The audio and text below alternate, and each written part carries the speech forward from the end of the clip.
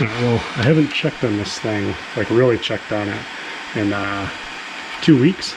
So I just threw my numbers in the spreadsheet, estimated power usage, and it wasn't great. It was down maybe 20% for my monthly projection. And so I popped the monitor back on. It's been running the whole time. But if you look at, oh, why does this do that? 500 watts and 300 watts? Why only using 300 watts? And the card just slowed way down. So I wonder if it kind of lost its overclock. Oh, remote host closed the connection. He's goofing around. That's NV miner. Some kind of timeout. Afterburner's open. What are our numbers on here? Looks like 49 on the 5700. It's close. We got a share rejected. These two. Oh, look at that. 22 and 25. So my 3060s are mining like dog shit. Those should be 60 each. Why is that? So we go here. Look at these. Yeah, power 100, no overclock. So for some reason, it reverted those. I don't know why. They should be chained together. Just to be sure. And I wonder if that 5700, that looks correct. But I did save it as a profile. Nope, so that one lost its OC too. That's odd. But let's see what the different ones. Remember, we were only 29. Now we're 51, 58, 53, 58.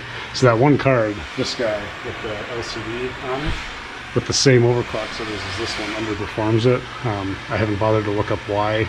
It's not big enough of a difference for me to care. See that we're 59, 58, they're neck and neck. And it looks like this guy's bumping up back above 50. Should be around 52 the way I have it set up. So should have paid closer attention. So I think now going forward, what I'm gonna have to do is, instead of just opening my app and being, oh yeah, rig's on, everything's fine, like when I come down here 5 nights a week to work out, I just need to go ahead and pop this monitor on and make sure that the rates are what they were. And then back here, now that we're actually doing more work, 470 watts instead of 300, I think it was at. So interesting that it uses way less power even when the power limit's set to higher. Probably because it's not overclocked, it's not actually doing as much work. This is a 2-month update. I skipped the first month just because these videos are so short and it's not really that interesting.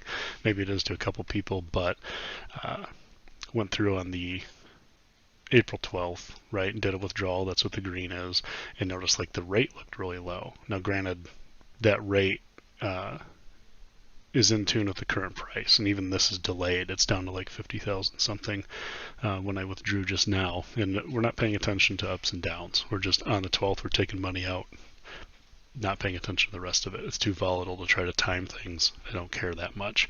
So I'm wondering in this low spot if either my math got strange with the power cost, or if maybe people just didn't want to mine Ethereum, because that's essentially what happens with NiceHash is people are paying for your power so they can mine Ether, and then you get paid out in Bitcoin. We're not actually mining Bitcoin.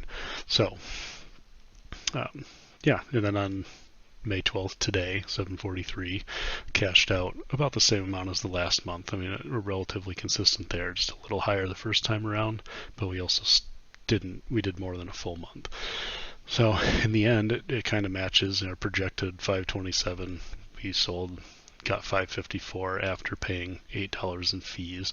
So to date, we've cashed out in US currency into the bank account a little over $1,800, and we are only $1,000 from paying off the whole thing. Then we'll have broken even with a start date of February 6th. We're really looking at like 2 months, so maybe like July 12th. So overall, a little over 6 months, right?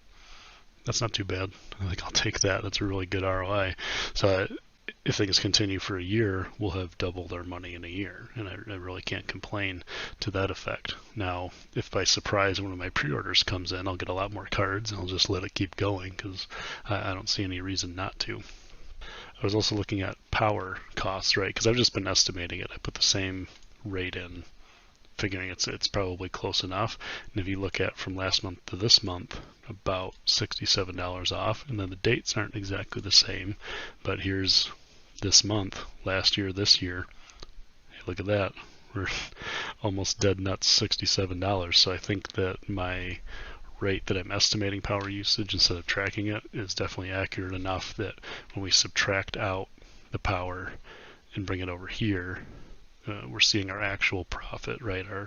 Our post-sale price after the fees minus our power cost is what I'm using to calculate my return, and I'm pretty happy with it. So we'll keep going.